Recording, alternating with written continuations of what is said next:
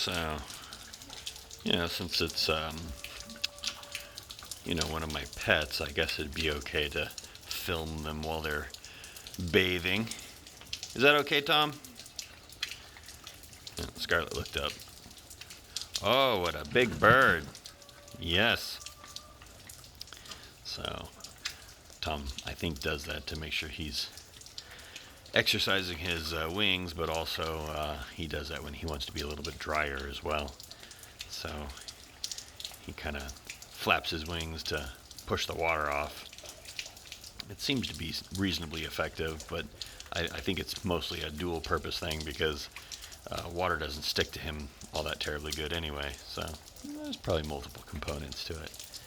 But you can kind of see his mud stripe there. Tom, do you have a bicycle butt stripe, but it's on the front? Huh?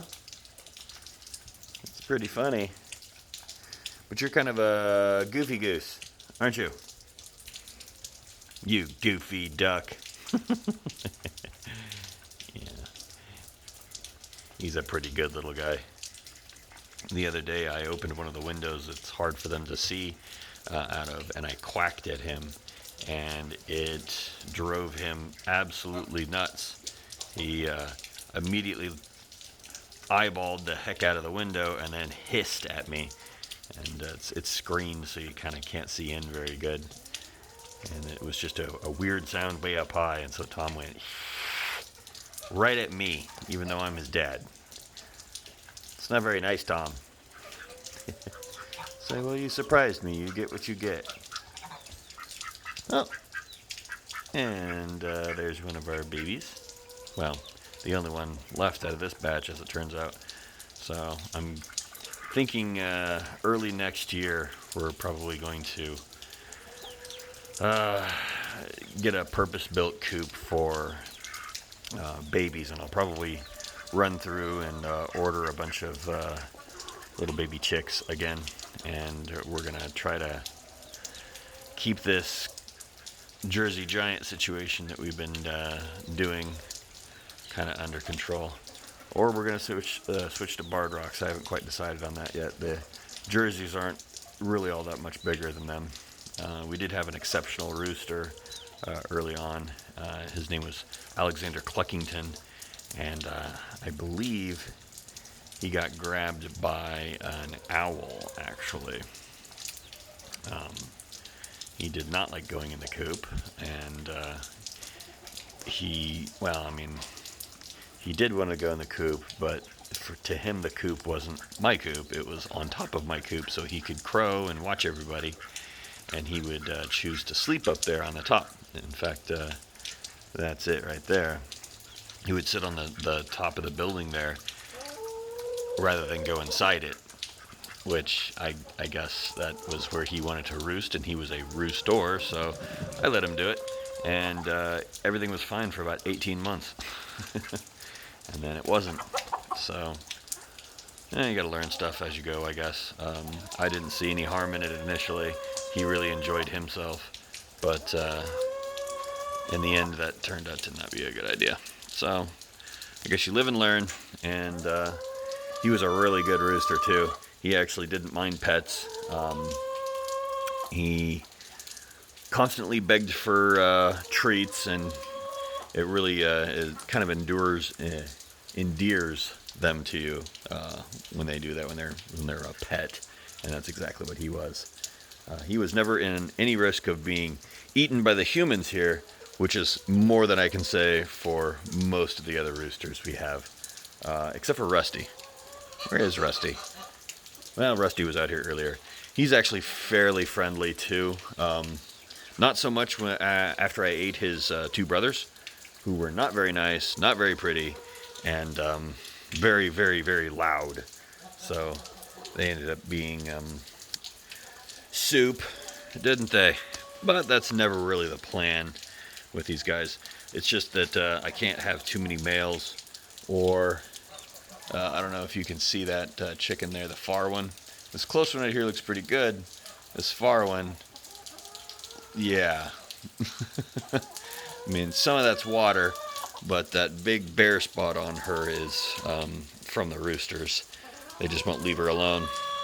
So you try not to have too many roosters. Or you just try to have animals like Chunga. What's going on, buddy? He's friendly. He doesn't get too violent with everybody else, but if our animals, everybody's got their own personality.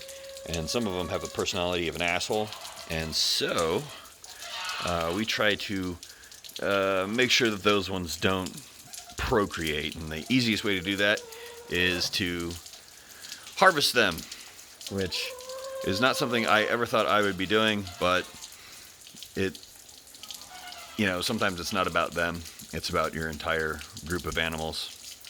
And with ours, you have to ensure that the flock or herd is healthy, although I've never actually even attempted to eat any of the goats out here.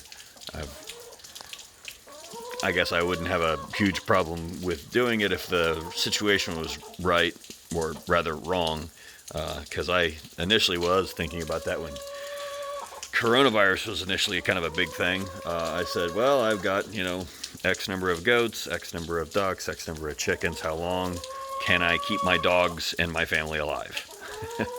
In case the situation got worse than that initial rationing at Walmart and stuff. I was like, well, I figure I can't eat any of the hens because they're making eggs, and I want to at least keep a rooster because that's a big deal. But everything else, lay it out in stages. The ducks don't really do anything for me. The muscovies are very friendly pets, but they don't really do anything. Compared to not feeding my wife and daughter, I can eat a couple of muscovies. And goats would probably be near the end of that. Oh, okay. I was trying to figure out what that was. That's my herd sire, Lucky, the unicorn. And he's been yelling and screaming a lot lately because I think one of the girls is in heat. And and again with them, I've got multiple males that there probably isn't a real good reason to keep them if it meant watching my family starve. And then you have the dogs. Yep. And baby goats. Baby goat. So Quark here, now both of his ears stand up, so he's not an up and a down Quark.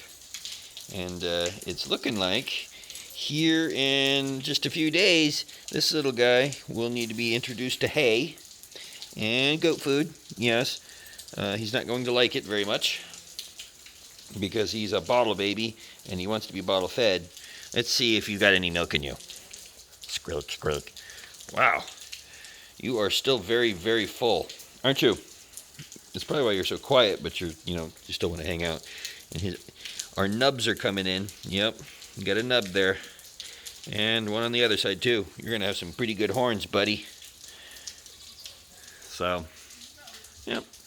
Just kind of a indoorsy day, I guess. And my goodness, that's a lot of water.